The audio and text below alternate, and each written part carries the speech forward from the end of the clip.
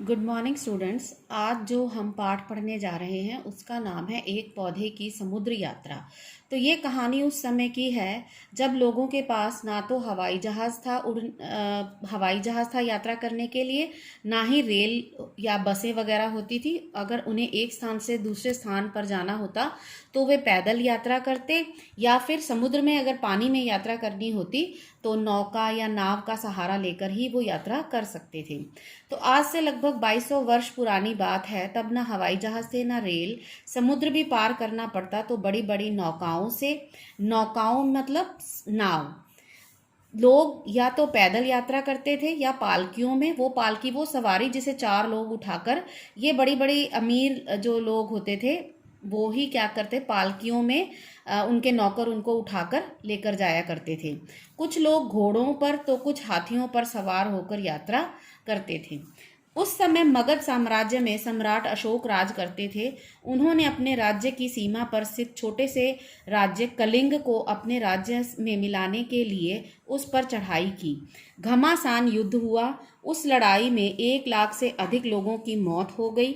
लोग मौत के घाट उतार दिए गए। 1.5 लाख लोगों को बंदी बनाया गया। अशोक यह नरसंहार देखकर बहुत दुखी हुए। उन्होंने अपनी तलवार तोड़कर नदी में फेंक दी। तब से उस नदी का नाम दया हो गया।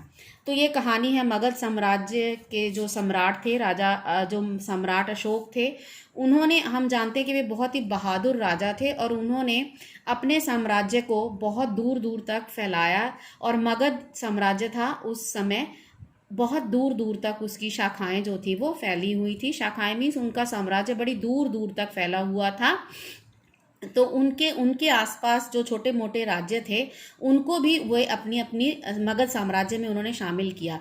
तो ऐसा ही एक राज्य था कलिंग राज्य, और उस राज्य को अपने साम्राज्य में मिलाने जो लड़ाई थी बड़ी ही घमासान, घमासान मतलब भयंकर लड़ाई हुई। और उस लड़ाई में कम से कम 1 लाख लोग जो थे वो उनकी मृत्यु हो गई। मतलब लोगों ने उन 1 लाख लोगों को मार दिया गया और 1.5 लाख लोगों को बंदी मीन्स उनको कैद कर लिया गया। अशोक या नरसंहार मीन्स, नरसंहार का मतलब है जो वहां पर एक दूसरे की हत्या हुई, लोगों ने एक दूसरे को तलवार से, किसी ने तीर से जो लोगों को मारा गया। तो यह देखकर जब सम्राट अशोक ने उन लोगों की लाशें देखी तो उन्हें बहुत ही दुख हुआ और उन्हें अपनी गलती पर पछतावा हुआ कि सिर्फ एक छोटे से राज्य को अपने राज्य में मिलाने के लिए उन्होंने इतना नरसंहार, इतने लोगों को मार दिया। उन्होंने अपनी तो इस गलती को सुधारने के लिए उन्होंने क्या किया कि उन्होंने अपनी तलवार जो है वो नदी में फेंक दी, और उस नदी का नाम क्या रखा गया, दया। इस युद्ध के बाद अशोक के मन में इतना पछतावा हुआ कि वह राजपाट छोड़कर भिक्षुक बन गए। राजमुकुट और राजवस्त्र त्याग कर उन्होंने पीत चावर पहन लिया। वह बौद्ध धर्म के अनुयायी बन गए। अशोक के पुत्र महेंद्र और पुत्री संघमित्रा दोनों ने भी बौद्ध धर्म को अपना लिया। महेंद्र ही आगे चलकर मिहिंद के नाम से प्रसिद्ध हुए।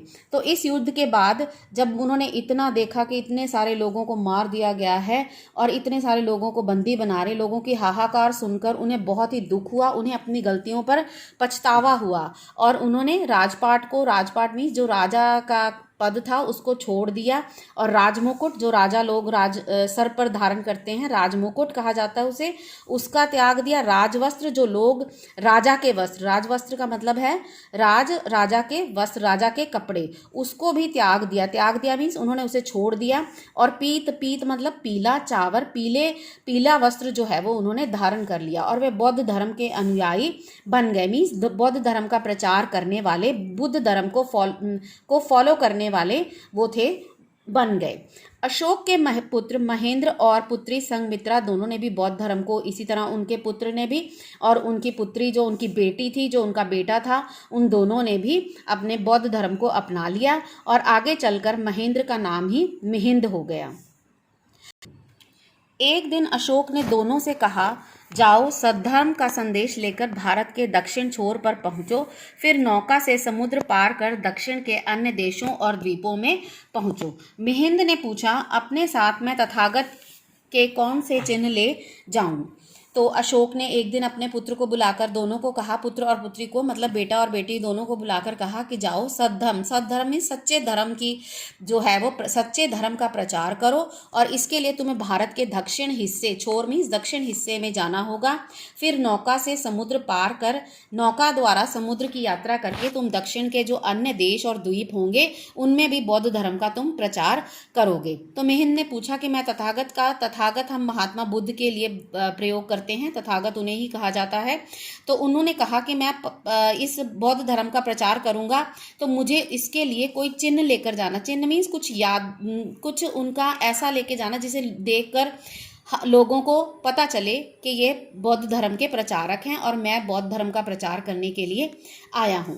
तो उन दिनों तक महात्मा बुद्ध की मूर्तियों की पूजा नहीं होती थी, उनके चिन्ह की पूजा होती थी, जैसे उनके पैरों के निशान या फिर उनका भिक्षा पात्र या ऐसी ही कोई अन्य वस्तु। तो उस टाइम पे वो दिन ऐसा था, वो समय ऐसा था जब लोग जो थे, क्योंकि महात्मा बुद्ध ने किसी भी प्रकार के धर्म पाखंडों की जो थी वो मानने के लिए लोगों को नहीं कहा था। उन्होंने किसी भी मूर्ति पूजा का प्रचलन जो है वो, मतलब उन्होंने मूर्ति पूजा के लिए किसी को भी नहीं जोर दिया और मूर्ति पूजा का जो है उन्होंने खंडन किया। तो लोगों के पास महात्मा बुद्ध की मूर्तियां नहीं थी और उनके चिन्ह, कोई भी उनकी निशानी जो थी वो ही उसी की पूजा की जाती, जैसे या तो उनके पैरों के चिन्ह थे या फिर उनका भिक्षा पात्र में जिसमें हम भिक्षु लोग जो है वो भिक्षा लेकर आते हैं। भिक्षा पात्र, भिक्षा जो है वो जिस पात्र मीन्स ऐसा बर्तन जिसमें भिक्षा मांगी जाती है, तो ऐसी ही कोई अन्य वस्तु। अशोक ने उनसे कहा, जिस वृक्ष के नीचे बैठकर भगवान बुद्ध ने तपस्या की थी और ज्ञान प्राप्त किया था, उसी वृक्ष से उत्पन्न एक पौधा ले जाओ। तो उस वृक्ष के नीचे जहाँ महात्मा बुद्ध जी ने बैठकर पूजा की, तपस्या मीन्स पूजा की और उन्हें ज्ञान प्राप्त हुआ, तो उसी वृक्ष का हम छोटा सा पौधा जो है वो आगे लेकर जाएंगे। बोधि वृक्ष से उत्पन्न पौधा, बोधि वृक्ष मीन्स वो वृक्ष जिसके नीचे भगवान बुद्ध ने प्रार्थना की और पूजा की और उसी में से निकला हुआ एक छोटा सा पौधा जो है वो